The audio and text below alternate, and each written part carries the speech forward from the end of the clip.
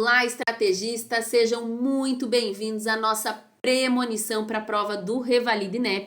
Eu sou a professora Natália Carvalho, professora de obstetrícia aqui do Estratégia Med, e hoje eu vou falar para vocês quais são as minhas apostas para a prova do Revalida. Então eu trouxe aqui um resumo dos temas que eu acredito que podem ser cobrados nas provas do Revalida, então as minhas apostas para as provas do Revalida. Como que a gente faz as apostas? Baseada na engenharia reversa. Então olha só quais foram os temas que mais foram cobrados em obstetrícia nos últimos anos nas provas do INEP. Então, assistência ao pré-natal foi o tema mais cobrado, seguido de infecções na gestação, síndromes hipertensivas na gestação, sangramento da primeira metade e assistência ao parto. Então, esses foram os 5 temas que mais caíram nas provas do Revalida. A gente já revisou todos esses temas na nossa Hora da Verdade, né? Então, quem ainda não assistiu a Hora da Verdade, assiste a Hora da Verdade, que a gente revisou esses principais temas e vamos revisar esses principais temas novamente na nossa revisão de véspera. Agora, na nossa premonição, a gente vai revisar alguns temas que eu tô apostando para essa prova.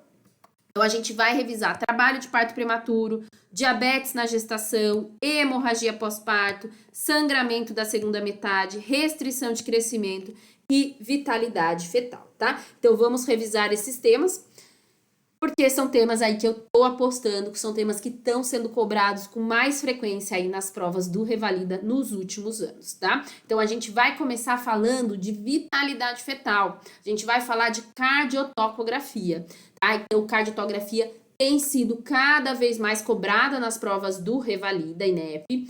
E o que é mais cobrado? Cardiotografia intraparto. Lembrar que a gente tem cardiotografia anteparto e a gente tem cardiotografia intraparto. Como que vocês vão identificar se é cardiotografia anteparto ou intraparto?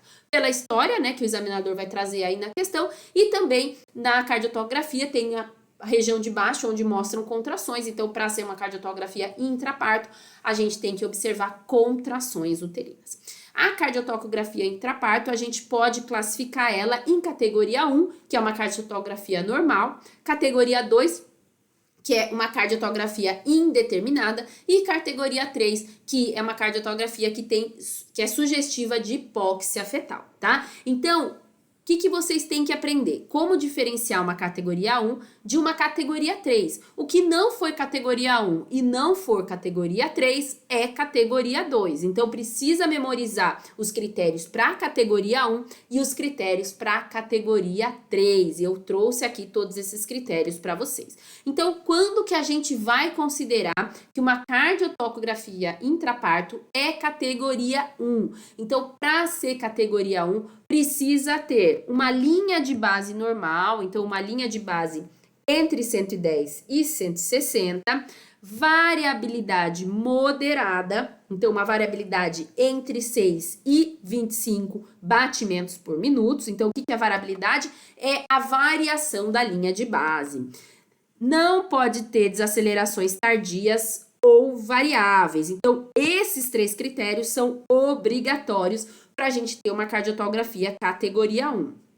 Além disso, as acelerações, elas podem ou não estar presentes e as desacelerações precoces podem ou não estar presentes. O que são desacelerações precoces? São aquelas desacelerações que coincidem com as contrações uterinas. Então, aquelas acelerações em que a gente tem uma queda gradual e simétrica dos batimentos e que essa desaceleração coincide com as contrações uterinas. As acelerações precoces, elas não são patológicas, elas estão relacionadas à compressão do polo cefálico no período, principalmente no período expulsivo do trabalho de parto. Então, a presença ou a ausência delas não muda a classificação da cardiotografia.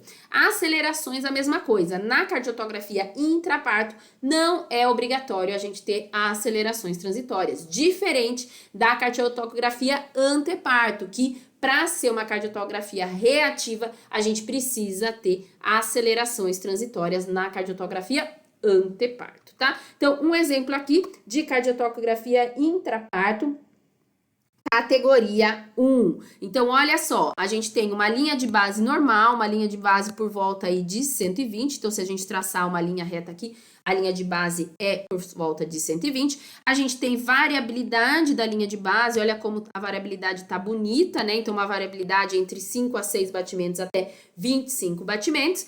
E a gente tem acelerações transitórias aqui, que não são obrigatórias. E a gente não tem nenhum tipo de desaceleração. E aqui a gente sabe que é uma cardiotografia intraparto, a gente tem contrações aí uterinas. Então, cardiotografia categoria 1. Lembrando, então, as desacelerações. Então, desacelerações precoces, como eu falei para vocês, que são aquelas desacelerações que coincidem com as contrações uterinas. Então, a gente tem uma queda gradual e simétrica com duração aí maior do que 30 segundos. Já as desacelerações precoces são aquelas que se iniciam após a decalagem da contração. Então, a gente tem uma desaceleração que ocorre depois da contração.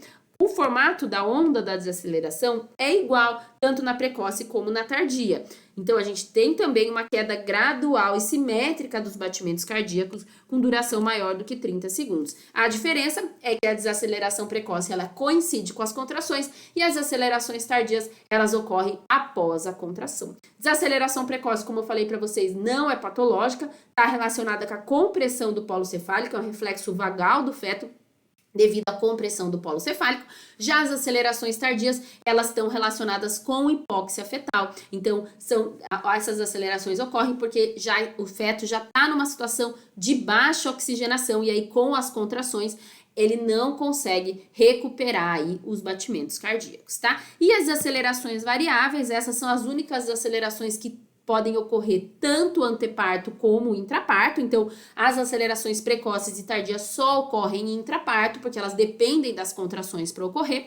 Já as acelerações variáveis não dependem das contrações para ocorrer. Então, elas podem ocorrer tanto anteparto como intraparto. Principal característica das acelerações variáveis é que elas ocorre aí uma queda abrupta do batimento cardíaco fetal, tá? E elas não têm relação temporal com as contrações, elas podem até parecer que estão relacionadas com as contrações, mas não necessariamente, tá? As acelerações variáveis são desacelerações relacionadas à compressão do cordão umbilical. Então, pode ter compressão do cordão umbilical tanto antes do trabalho de parto como durante o trabalho de parto. E aí, quando que a gente vai considerar uma cardiotografia categoria 3, uma cardiotografia anormal? Para ser categoria 3, é obrigatório a gente ter alteração da variabilidade. Então, a gente tem que ter uma variabilidade mínima ou ausente. Então, uma variabilidade menor do que 5, tá?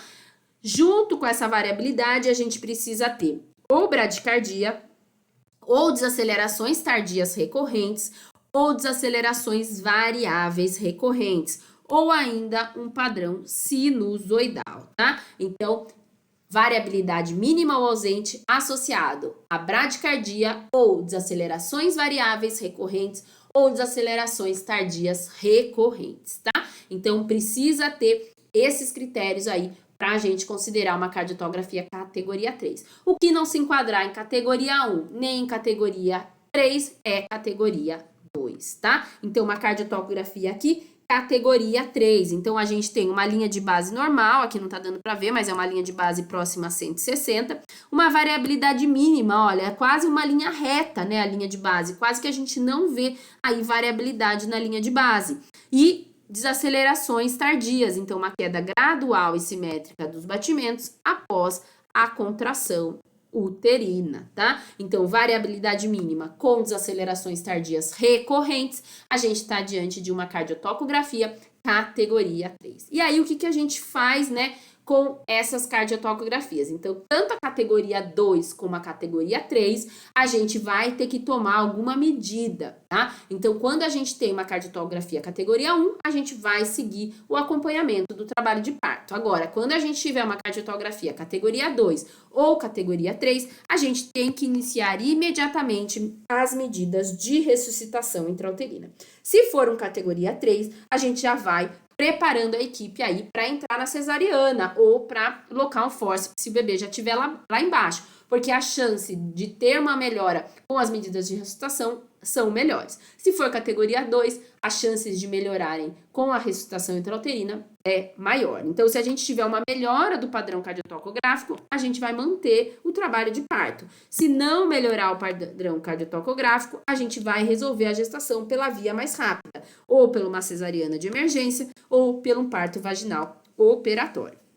Para que servem as medidas de ressuscitação intrauterina? Para melhorar a oxigenação fetal, para reduzir a atividade uterina, porque a gente viu que as contrações tardias estão relacionadas com a contração uterina, então se a gente reduzir a atividade uterina, a gente vai diminuir as contrações, as desacelerações tardias, aliviar a compressão do cordão umbilical, então principalmente quando a gente tiver desacelerações variáveis, então se a gente aliviar a compressão do cordão umbilical, vai aliviar essas desacelerações e corrigir hipotensão materna. Então quais são as medidas, né, que a gente pode fazer? Então mudar a paciente de decúbito, suspender os uterotônicos, então se a paciente estiver fazendo uso de ocitocina, a gente vai suspender puxos dirigidos, hidratação endovenosa, máscara de O2. Se a paciente tiver com uma taxistolia, a gente pode até administrar uterolíticos, mudar de posição, a aminoinfusão. Então, se a gente tem uma paciente aí que está com pouco líquido amniótico e que esse é o motivo da compressão do cordão umbilical, a gente pode fazer a aminoinfusão,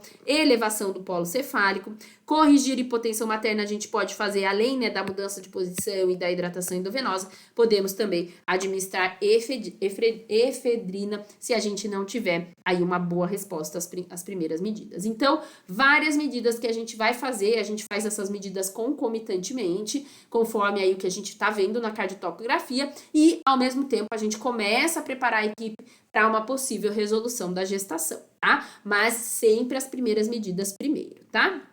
Agora vamos falar sobre restrição de crescimento. Então, quando que a gente vai suspeitar de restrição de crescimento? Numa paciente de baixo risco, a gente vai suspeitar de restrição de crescimento quando a gente tiver uma altura uterina abaixo do percentil 10. Aí a gente vai solicitar um ultrassom obstétrico. Se o peso fetal tiver abaixo do percentil 10, a gente vai ter um feto que pode ter restrição de crescimento. Aí a gente vai ter que diferenciar o que é restrição de crescimento do que um feto pequeno para a idade gestacional.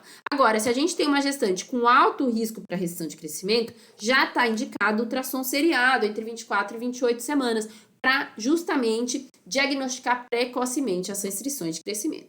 Aí, se a gente tem um feto que está com o peso estimado abaixo do percentil 10, então, como eu falei, a gente vai diferenciar o feto que é PIG do restrito. Como que a gente faz essa diferenciação? Pela Doppler velocimetria, pela avaliação do líquido amniótico e pela ultrassonografia seriada. Então, se a gente tiver alteração de Doppler, se a gente tiver oligoâmnio, ou se a gente tiver uma queda aí do percentil na ultrassonografia seriada, a gente está diante de uma restrição de crescimento fetal. Então, o feto que está abaixo do percentil 3, só por ele estar abaixo do percentil 3, a gente já considera restrição de crescimento fetal. Se tiver entre o percentil 3 e 10, com alteração de Doppler ou com oligoâmnio, a gente também fecha aí o diagnóstico de restrição de crescimento fetal. Agora, se o peso tiver entre o percentil 3 e 10, Doppler normal e líquido amniótico normal, provavelmente é um pequeno constitucional, a gente vai ter que seguir esse feto para ver se não vai evoluir com alteração de Doppler, com alteração de líquido, mas no momento ele ainda não é considerado um feto restrito, tá? E aí, qual que é a conduta? A conduta vai depender de como tá esse feto, vai depender principalmente da Doppler velocimetria fetal, tá? Então, se o feto for um feto pequeno para a idade gestacional, né? Então, aquele feto com Doppler normal, com líquido normal e com peso estimado entre o percentil 3 e 10, a gente vai fazer a avaliação da vitalidade a cada 15 dias e o parto pode ser com 40 semanas. Os fetos no estágio 1, o que é estágio 1? Quando a gente tem um peso estimado fetal abaixo do percentil 3 com Doppler normal, ou quando a gente tem um peso estimado fetal entre o percentil 3 e o percentil 10, mas com artéria uterina alterada. A gente considera estágio 1. Nesses casos, a gente vai fazer acompanhamento da vitalidade a cada 15 dias até 34 semanas e depois de 34 semanas, a gente vai fazer o acompanhamento semanal da vitalidade fetal, parto entre 37 e 38 semanas. Estágio 2 é quando a gente tem um feto com restrição de crescimento, né? Então, um percentil abaixo do 10, associado à alteração da artéria umbilical, alteração da artéria cerebral média ou alteração da relação cérebro-placentária. Nesses casos, a avaliação da vitalidade 2 vezes por semana, abaixo de 34 semanas, e diária, acima de 34 semanas, e o parto com 37 semanas de gestação. E nos fetos PIG, feto estágio 1 e feto estágio 2, a via de parto preferencial é a via obstétrica, então a gente pode induzir esses partos. Agora, o estágio 3, estágio 4 e estágio 5, a via de parto é a cesárea eletiva, tá? Estágio 3 é quando a gente tem diástole zero da artéria umbilical, estágio 4 é quando a gente tem diástole reversa da artéria umbilical ou ducto venoso com índice de pulsatilidade alterado, acima do percentil 95, e estágio 5 é quando a gente tem onda zero ou reversa do ducto venoso ou alteração da cardiotocografia, então short term variation abaixo a menos do que 3 milissegundos ou desacelerações da frequência cardíaca fetal. Nos 3 casos, a via de parto é cesariana. No estágio 3, então, quando tem diástole zero, a gente vai internar e fazer a avaliação diária da vitalidade e parto com 34 semanas. E estágio 4, a gente vai internar, fazer a avaliação diária da vitalidade, vai fazer corticoterapia e o parto no Ministério da Saúde é com 26 semanas, mas tem alguns protocolos que o parto é a partir de 30 semanas. E no estágio 5, interna, corticoide e parto na viabilidade, a depender da UTI neonatal. Então, memorizem essa conduta, já foi cobrado nas provas do Revalida. Revalida tem gostado bastante desse tema aí de restrição de crescimento fetal.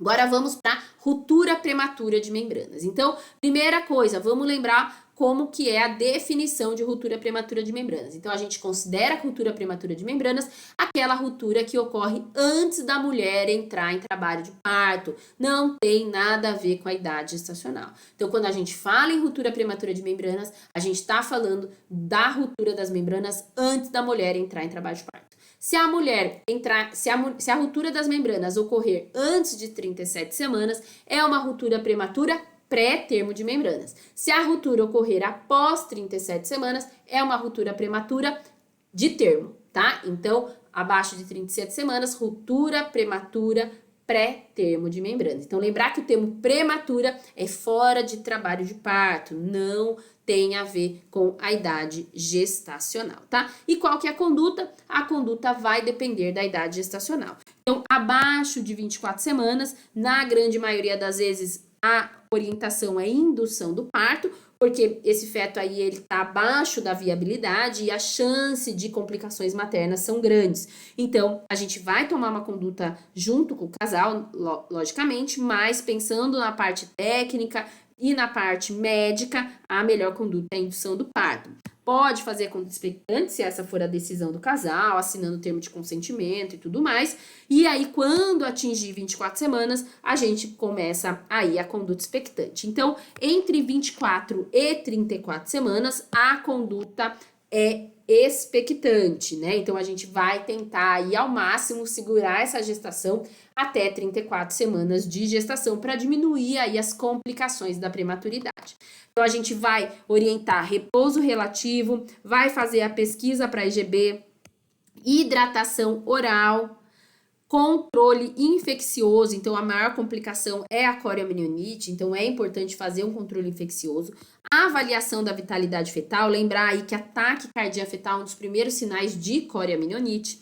Vai fazer corticoterapia para diminuir as complicações da prematuridade e antibiótico terapia também para diminuir aí a chance de tanto de corioamnionites como também a chance aí de sepse neonatal, tá? Acima de 34 semanas, a conduta preconizada é resolução da gestação, de preferência por indução. Entre 34 e 36 semanas, a gente pode fazer a conduta expectante quando a gente tem um serviço com uma infraestrutura neonatal precária, tá? E aí, se a gente for fazer a conduta expectante, a gente tem que fazer a pesquisa pré-IgB, controle infeccioso e vitalidade. Então, nesses casos, a gente não vai fazer corticoterapia. A antibiótico terapia a gente vai fazer se a cultura pré-EGB for desconhecida ou positiva, tá? Então, aqui um resuminho também, um mapa mental sobre a ruptura prematura de membranas, né? Então, quando que a gente vai resolver a gestação imediatamente? Alteração da vitalidade fetal, sinais de coriomeninite, sinais de descolamento prematuro de placenta, abaixo de 24 semanas, na grande maioria dos casos, e acima de 34 semanas, na grande maioria dos casos, tá? Entre 24 e 34 semanas, a conduta deve ser expectante com antibiótico terapia, e aí a gente tem a antibiótico terapia para aumentar o período de latência, que é feita com ampicilina por 48 horas, seguida de 5 dias de amoxicilina e azitromicina, dose única. Fazer a corticoterapia também, né? A gente usa betametasona ou dexametasona. Antibiótico profilaxia para IgB, então se a paciente não estiver fazendo uso da antibiótico terapia para aumentar o período de latência, a gente tem que fazer a antibiótico profilaxia para EGB, tá? E não esquecer do sulfato de magnésio quando essa mulher entrar em trabalho de parto até 32 semanas, abaixo de 32 semanas, a gente faz sulfato de magnésio para neuroproteção fetal. E agora, trabalho de parto prematuro. Então, essa mulher entrou em trabalho de parto. Um ponto importante. Lembrar que quando a gente tem ruptura prematura de membranas, a gente nunca usa tocolítico. E um outro ponto importante, se a gente tem corioamnionites, a gente nunca usa corticoide. Então, corioamnionites não pode usar tocolítico e não pode usar corticoide. Ruptura prematura de membranas não pode usar tocolítico, tá? Isso já foi várias vezes pegadinha de prova aí, de revalida, de residência médica, tá? Trabalho de parto prematuro, né? Então, a mulher, ela entrou em trabalho de parto prematuro. Vamos pensar aqui nas situações aí com a bolsa, que a bolsa está íntegra, tá, pessoal? Então, a gente vai considerar trabalho de parto prematuro quando a gente tem uma mulher que entrou em trabalho de parto antes de 37 semanas de gestação. E aí, a principal conduta dos obstetras é tomar medidas para diminuir as complicações da prematuridade. A gente não consegue evitar a prematuridade diante de um trabalho de parto prematuro. Os uterolíticos, né, os tocolíticos, eles servem para adiar o parto prematuro, mas não a ponto de evitar a prematuridade, tá? Então, a gente vai tentar adiar o parto prematuro por pelo menos 48 horas para dar tempo da gente fazer a corticoterapia, que é a principal medicação aí para diminuir as complicações da prematuridade. Então, diante de um trabalho de parto prematuro, a principal medida é a corticoterapia, que é feita ou com betametasona ou com dexametasona. Lembrar que a corticoterapia, ela diminui a chance de síndrome de desconforto respiratório do recém-nascido, mas diminui também hemorragia intraventricular, enterocolite necrotizante e também diminui a chance de morte fetal, tá? O sulfato de magnésio a gente vai fazer até 31 semanas e 6 dias para neuroproteção fetal. A gente faz sulfato de magnésio diante de um parto iminente. Tocolítico está indicado para adiar o parto por pelo menos 48 horas entre 24 e 33 semanas e 6 dias. A gente pode usar nifedipina, tosiban, terbutalina e indometacina. Lembrando que o que a gente mais usa é a nifedipina e o atosiban, que tem menos efeitos colaterais. A indometacina a gente não usa depois de 32 semanas, porque causa oligoâmio. Antibiótico profilaxia para IgB, a gente vai usar em todos os casos de estrépito positivo ou desconhecido. Então, lembrar que quando a gente tem um trabalho de parto prematuro, abaixo de 37 semanas, se o estrépito é desconhecido, já está indicado antibiótico profilaxia com a penicilina cristalina, tá? Então, não esquecer, antibiótico profilaxia, corticoterapia, sulfato de magnésio e tocolítico, essas são as medidas aí diante de uma gestante em trabalho de parto prematuro. Lembrar que o tocolítico e o corticoide a gente vai usar até 33 semanas e 6 dias, tá? Agora vamos falar de descolamento prematuro de placenta. Então, toda vez que a gente tiver um sangramento da segunda metade, um sangramento depois de 20 semanas de gestação, tem que vir na nossa cabeça automaticamente duas patologias: descolamento prematuro de placenta e placenta prévia, tá? E é muito fácil diferenciar essas duas patologias. Por quê? Porque a clínica é totalmente diferente. Então, o que a gente vai ter no descolamento prematuro de placenta? A gente vai ter sangramento, né, que a gente vê nas duas patologias, né? Então, tanto descolamento prematuro de placenta como placenta prévia, a gente vai ver sangramento, mas no descolamento prematuro de placenta a gente tem dor e na placenta prévia a gente não tem dor. Então, se tem descolamento, tem dor. tá? Se não tem descolamento, então se é placenta prévia, não tem dor, tá? Então descolamento tem dor, gravem, D de descolamento e D de dor, tá? Então, qual que é o quadro clássico de descolamento prematuro de placenta? Sangramento da segunda metade, dor, né, súbita e alteração da vitalidade fetal. Então, esse é o quadro, a tríade clássica aí do descolamento prematuro de placenta. Qual que é outro sinal aí que é quase patognomônico aí de descolamento prematuro de placenta? É a hipertonia uterina. Então, se a gente tiver um útero lenhoso, um útero hipertônico, a gente tem grande chance de estar diante de um descolamento prematuro de placenta. Como que a gente faz o diagnóstico do descolamento prematuro de placenta? O diagnóstico é clínico. Então, a gente não deve pedir nenhum exame para fechar o diagnóstico de descolamento prematuro de placenta, tá? A gente não deve atrasar aí a conduta por conta de algum exame aí de imagem para fazer o diagnóstico de descolamento prematuro de placenta. O diagnóstico é clínico, então se tiver sangramento da segunda metade associado à dor, alteração de vitalidade fetal, hipertonia uterina, a gente está diante de um descolamento prematuro de placenta. Existem alguns fatores de risco importantes para o descolamento prematuro de placenta. O principal deles são as síndromes hipertensivas, né? Então, as síndromes hipertensivas, eclâmpsia, pré-eclâmpsia, hipertensão arterial crônica, são fatores de risco importantíssimos aí para o descolamento prematuro de placenta. O uso de drogas, tabagismo também é um fator de risco importante. Trauma abdominal, polidrâmio, gestação múltipla, rotura prematura de membranas e corioamnioniite são fatores de risco importantes para o descolamento prematuro de placenta. E como que é a conduta? A conduta vai depender de como está a gestante e de como está o feto. Se a gestante não estiver bem, se ela estiver instável, então se tiver alteração de pressão, alteração de pulso, a gente está diante de uma gestante que não está bem, que está instável. Diante de uma gestante instável, a conduta é cesariana de emergência. Então a gente nem olha o feto, a gente já vai direto para cesariana. Agora, se essa gestante estiver bem, se a PA e seu pulso estiverem bem, estiverem bom, a gente vai olhar o feto. Se o feto for um feto vivo e viável, a indicação é cesariana de emergência também, tá? Qual a situação que a gente não vai fazer cesariana nesses casos? Se o bebê estiver nascendo. Então, se a gente tiver ali com o bebê coroando, caindo na nossa mão, a gente não precisa fazer uma cesariana de emergência, porque vai nascer, não vai dar nem tempo. Não é que a gente não precisa, não vai dar tempo de fazer uma cesariana de emergência. Nesse caso, a conduta é esperar esse bebê nascer. Então, se a gente vê que o parto vai acontecer em menos de 20 minutos, né? Então, se o bebê estiver nascendo mesmo. Então, a gente só vai pôr essa opção na prova se o examinador falar, o bebê tá saindo. Aí, vocês vão esperar o bebê sair, tá?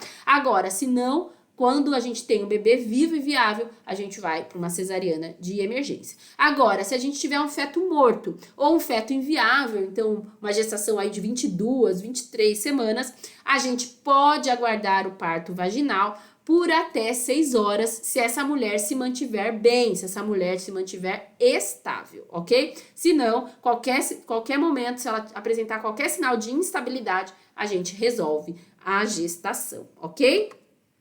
Placenta prévia. Então, como que é a definição de placenta prévia? Então, a placenta prévia é aquela placenta que atinge o orifício interno do colo. Essa é a definição de placenta prévia.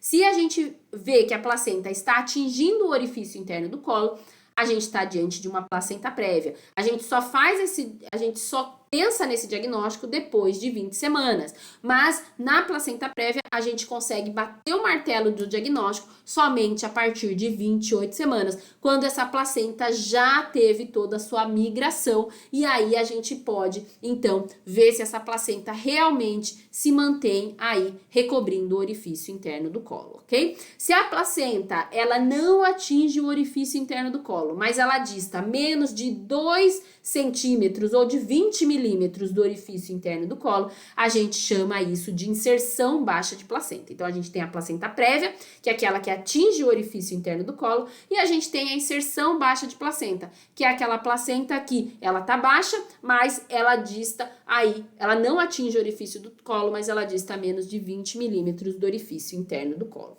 Como que é o diagnóstico diferente do descolamento prematuro de placenta? O diagnóstico da placenta prévia, ele é clínico mais ultrassonográfico, tá? Então, a gente tem a clínica, que é um sangramento vaginal vermelho vivo indolor, um sangramento que muitas vezes ele é intermitente, ele vai e volta sozinho, sem a gente fazer nada, tá? E para a gente confirmar esse diagnóstico, a gente precisa fazer um ultrassom transvaginal. Então, o exame padrão ouro para o diagnóstico de placenta prévia é um ultrassom transvaginal. Fazendo ultrassom transvaginal, a gente confirma o diagnóstico de placenta prévia. Lembrando que para a gente ter certeza desse diagnóstico, somente depois que essa mulher fizer 28 semanas. Então, essa mulher teve um sangramento com 24 semanas, tem placenta prévia, a gente vai pedir para ela repetir o ultrassom com 28 semanas para confirmar esse diagnóstico. Qual que é a conduta? Diante de um diagnóstico de placenta prévia, a conduta é sempre cesariana, de preferência uma cesariana eletiva, o ideal é que essa mulher não entre em trabalho de parto. Então, o ideal é que a gente agende essa cesariana entre 36 e 37 semanas. Em algumas situações, a gente vai ter que fazer uma cesariana de emergência. Se essa mulher entrar em trabalho de parto prematuro, tiver alteração de vitalidade fetal, instabilidade hemodinâmica, então se ela tiver um sangramento muito importante, ou se ela tiver um sangramento após 34 semanas. Lembrar que a gente sempre tem que excluir o diagnóstico de acretismo placentário e os exames que ajudam a gente a excluir o diagnóstico é o ultrassom obstétrico com Doppler ou ultrassom transvaginal com Doppler, que ajuda bastante também, ou uma ressonância magnética. E na placenta prévia também a gente tem fatores de risco importantes. Os mais importantes são as cesarianas anteriores, então paciente com cesariana anterior tem muito mais chance de evoluir com placenta prévia. Mas não esquecer de gestação múltipla, procedimentos uterinos, multiparidade, idade materna avançada, tratamento de reprodução assistida, tabagismo e uso de droga também aumentam o risco aí de placenta prévia, ok? E rotura uterina. Rotura uterina é um diagnóstico diferencial muito mais raro de placenta prévia e acretismo placentário. A rotura uterina, como o descolamento prematuro de placenta, o diagnóstico é clínico também. Na ruptura uterina, a gente pode ter sangramento vaginal, mas às vezes a gente não tem sangramento vaginal. Na ruptura uterina, tem que lembrar que o sangramento, na grande maioria das vezes, ele é intraabdominal. Então, a gente vai ter sinais de abdômen agudo hemorrágico. Então, a gente vai ter o sinal de Cullen, que é o hematoma periumbilical, o sinal de Lafon, que é a dor subescapular. Então, a gente vai ter os sinais aí de sangramento intraabdominal, que não acontece no descolamento prematuro de placenta. Então, essa mulher vai ter dor, então, igual no descolamento prematuro de placenta, mas a diferença é que o sangramento é intraabdominal, então ela vai ter sinais aí que indicam aí o sangramento intraabdominal. Além disso, o que a gente vê no exame físico obstétrico? A gente vê uma subida da apresentação fetal, então, geralmente, essa mulher que tem a ruptura uterina, ela já está de trabalho de parto, porque geralmente são as contrações que levam aí a ruptura uterina. Então, aquela mulher que já está num trabalho de parto evoluído e que do nada a gente vê aí uma subida da apresentação fetal ao toque, a gente não consegue mais sentir a apresentação fetal e a gente vê uma alteração importante da vitalidade fetal, tá? Qual que é a conduta? A conduta é cesariana de emergência para nascimento do concepto e correção da lesão. Lembrar do sinal de Bandelfrommel, que é um sinal aí de retesamento dos ligamentos uterinos, então é aquele útero em ampulheta, que indica muitas vezes aí um quadro de iminência de rotura uterina, beleza? E vamos falar de hemorragia pós-parto. Então, toda vez que a gente tiver uma paciente com sangramento no puerpério, a gente tem que lembrar do mnemônico dos 4 T's. Por quê? Porque esse mnemônico vai dizer pra gente as principais causas de hemorragia pós-parto. E é baseado nas principais causas de hemorragia pós-parto que a gente tem a conduta na hemorragia pós-parto. Então, o mnemônico dos 4 T's envolve, primeiro, tônus. Então, a atonia uterina, a principal causa de hemorragia pós-parto, responsável por 70% das hemorragias pós-parto. Então, pessoal, diante de uma questão de hemorragia pós-parto, até se prove o contrário, até o examinador provar para você que o útero tá contraído, a gente tá diante de uma atonia uterina, ok? O examinador não precisa falar que o útero tá amolecido. Se ele falar uma hemorragia pós-parto e não falar nada do útero, a gente vai pensar em atonia uterina, porque 70% dos casos de hemorragia pós-parto são por atonia uterina. Segunda causa de hemorragia pós-parto, trauma, laceração do canal de parto. Então, se não for atonia uterina, a gente tem que pensar em laceração do canal de parto, e a conduta é sutura da laceração. Terceira causa, retenção de tecido placentário. Então, se o examinador falar pra gente que a mulher tá sangrando, o útero tá contraído e não tem laceração, a gente vai pensar em retenção de tecido placentário. E aí a conduta é curagem, curetagem uterina. E por último, a trombina, que são as coagulopatias, uso de coagulantes. Então, causa rara de hemorragia pós-parto, responsável aí por 1% das hemorragias pós-parto, então é um diagnóstico de exclusão. Então, diante de uma paciente com hemorragia pós-parto, até se prove o contrário, a gente vai começar imediatamente as medidas para atonia uterina. Logicamente, a gente vai fazer 2 acessos venosos, infusão de cristalóide, no máximo 2.000 ml, vai solicitar tipagem sanguínea, hemograma, coagulograma, fibrinograma. Isso é importantíssimo aí para a prova prática também. Oxigenação com máscara, monitorização contínua, sonda vesical de demora, vai fazer um aquecimento nessa gestante, elevação dos membros inferiores, vai colocar o traje anti-choque não pneumático se tiver disponível e vai fazer a revisão do canal de parto e os testes de coágulo, né, para excluir aí as outras causas, tá? Mas isso não pode atrasar as medidas aí iniciais para atonia uterina. E lembrar que a gente vai fazer a transfusão se o índice de choque for maior ou igual a 1. Lembrar que o índice de choque é a frequência cardíaca sobre a pressão arterial diastólica, tá? E aí, quais que são as medidas aí para atonia uterina? Então, a gente tem 3 medidas iniciais que a gente tem que começar imediatamente diante de uma atonia uterina. Massagem uterina bimanual, ocitocina endovenosa e ácido tranexâmico endovenoso também, tá? Então, diante de uma paciente começou a sangrar no pós-parto, a gente já vai fazer massagem bimanual, ocitocina e ácido tranexâmico.